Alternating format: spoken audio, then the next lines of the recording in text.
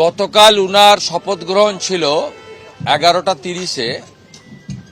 মাননীয় মুখ্য সচিব মহোদয়া তিনি বিরোধী দলনেতা হিসেবে আমাকে আমন্ত্রণ জানিয়েছিলেন। আমি দিল্লিতে থাকার কারণে গতকাল আসতে পারিনি। আমি গতকাল সোশ্যাল মিডিয়াতে আমার ভেরিফাইড অ্যাকাউন্ট থেকে উনাকে ওয়েলকাম করেছিলাম। আজকে আমি উনার কাছে দেখা করার জন্য কাল রাত্রে আমার অফিস থেকে মেল করা হয়। উনি 11টার সময় আমাকে টাইম দিয়েছিলেন। আজকে আমি মূলত সৌজন্য সাক্ষাৎকারের জন্য এসেছি।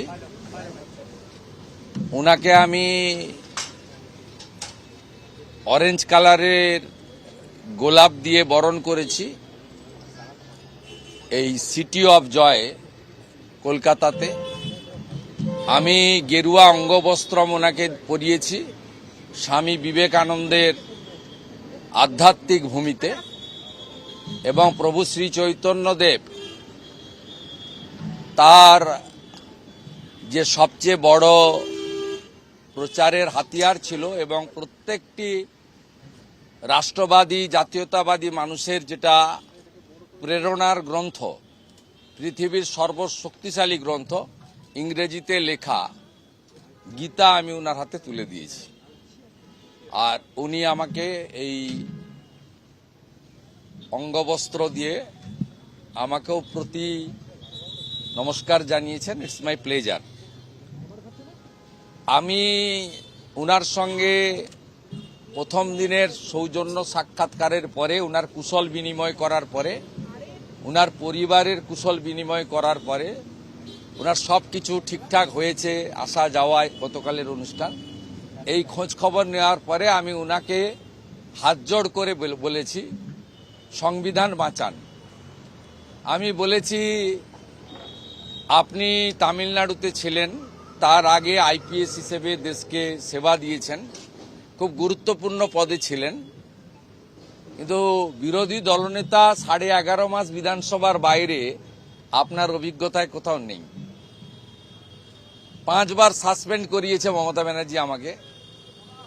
আমি এই 5 বছরের বিধানসভায় 11.5 মাস বাইরে ছিলাম। গুরুত্বপূর্ণ সেশনে আমাকে বলতে দেওয়া হতো না। কনস্টিটিউশনের ফার্স্ট পিলার হচ্ছে ল মেকার্স। খগেন মুর্মুকে যেভাবে মারা হয়েছে, কেন্দ্রীয় মন্ত্রীদের যেভাবে আক্রমণ করা হয়, বিধানসভার ভিতরে বাইরে বিধায়করা বিরোধী দলের যেভাবে আক্রান্ত হয়, তাতে আমি বলেছি যে সংবিধানের প্রথম পিলার ল মেকার্স, অর্থাৎ এমপি এমএলএরা এই রাজ্যে বিপন্ন যদি বিরোধী দল হয়। আমি বলেছি এই স্পিকার 15 বছরে সংবিধানকে মানেননি। 10th শিডিউল 54 জন সুইচ ওভার করেছে, ভিতরে এক দল বাইরে এক দল, এদের সদস্যপদ যায়নি। দ্বিতীয় বলেছি ব্যুরোক্রেসি, কেউ রিটায়ার করে না। আলাপন ব্যানার্জি প্রধানমন্ত্রীকে অপমান করলে তিনি মুখ্যমন্ত্রীর অ্যাডভাইসার হন। জোড়া জোড়া চাকরি যদি কেউ পান, হরিকৃষ্ণ দ্বিবেদীরা পান, মনোজ পন্তরা পান, রাজীব কুমাররা পান, কেউ রিটায়ার করেন না। দেহত্যাগ ছাড়া পদত্যাগের কোনো সুযোগ নেই। মমতা ব্যানার্জির স্তাবক ব্যুরোক্রেসি। তৃতীয় বলেছি জুডিশিয়ারি। মমতা ব্যানার্জি একমাত্র মুখ্যমন্ত্রী যিনি 5 লক্ষ টাকা ফাইন, মহামান্য বিচারপতি কৌশিক চন্দ্রের করা ফাইন কলকাতা হাইকোর্টের বারে জমা দিয়েছিলেন। এগুলো ওনাকে বলতে হয়েছে আমাকে। আমি যেটুকু সুযোগ পেয়েছিলাম প্রাথমিকভাবে ওনাকে আমি বুঝিয়ে, উনি তো সংবিধানের প্রধান, তাকে বলেছি জুডিশিয়ারিতে কিভাবে মহামান্য বিচারপতি রিটায়ার্ড বিশ্বজিৎ বসু, মহামান্য বিচারপতি রিজাইন প্রাক্তন অভিজিৎ গাঙ্গুলির এজলাস, কিভাবে মহামান্য বিচারপতি অমৃতা সিনহাকে অ্যাটাক করা হয়েছে, কিভাবে কিছুদিন আগে আইপ্যাকের ঘটনা যাতে সিবিআইতে না যায়, ইডি রেড, মাননীয় বিচারপতি শুভ্রা ঘোষের এজলাস ভণ্ডুল করে দেওয়া হয়েছে ল কলেজের তৃণমূলপন্থী স্টুডেন্টদের নিয়ে গিয়ে। অর্থাৎ জুডিশিয়ারি এখানে বিপন্ন। এখানে রাজাশেখর মান্তার মতো সিনিয়র রেসপেক্টেড বিচারপতি, মহামান্য বিচারপতির বাড়িতে আমার এবং অমিত শাহজির ছবি দিয়ে পোস্টার পড়ে। বলেছি তৃতীয়।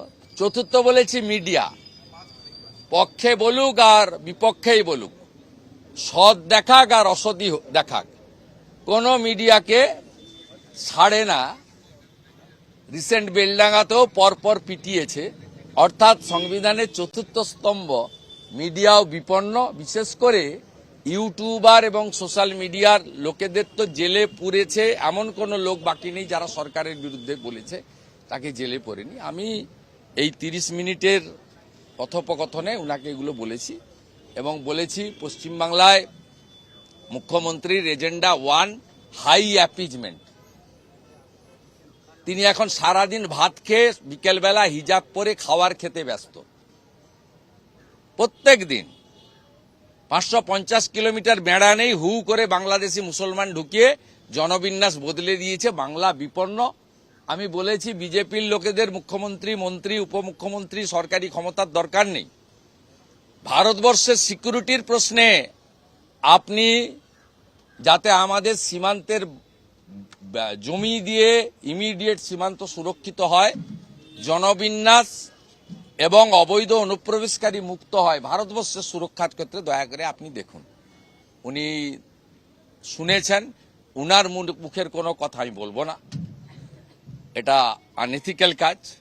উনি যা বলেছেন আমি সব শুনেছি। প্রথম দিনে যেটুকু উনাকে ব্রিফ করে দেওয়া উচিত ছিল, as a responsible leader of opposition of the state, to save our constitution, to save our democracy, মুক্ত করো ভয়, ফিয়ার সাইকোসিস কাটানো বাংলার। বড় কথা হচ্ছে ভয়, সবার চোখে মুখে ভয়। কে দেখছে, কে দেখে নিচ্ছে, কে বলছে, সবার ভয়। এটুকু বলার আজকে বলেছি। আমি হোপফুল যে উনি ব্যবস্থা নেবেন। তবে একটা কথা বলতে পারি, রাষ্ট্রপতি দ্রৌপদী মুর্মু মহোদয়ার সঙ্গে যা ঘটেছে এটা নিয়ে কিন্তু সকলে উদ্বিগ্ন। আমি কাউকে আবার বলছি, মিসকোট করব না, সকলে উদ্বিগ্ন। আমি স্পেসিফিক বলেছি যে রাজ্যে রাষ্ট্রপতি মহোদয়ার প্রোটোকল মানা হয় না, সিভিক ভলেন্টিয়ার পাঠানো হয় তার নিরাপত্তার জন্য, তার অনুষ্ঠান স্থলের পারমিশন হয় না, জায়গা চেঞ্জ করতে হয়, সেই রাজ্যে আর কিছু বাকি নেই। Please take strong action against existing chief secretary and DGP. আমাদের মাননীয় রাষ্ট্রপতি মহোদয়া শুধু রাষ্ট্রপতি মহোদয়া নয়, একজন আদিবাসী মহিলা, সম্মানীয় মহিলা এবং একজন নারী শক্তি, তার সঙ্গে যে আচরণ করেছে, এর থেকে একই আচরণ করেছিল আলাপন বন্দ্যোপাধ্যায়।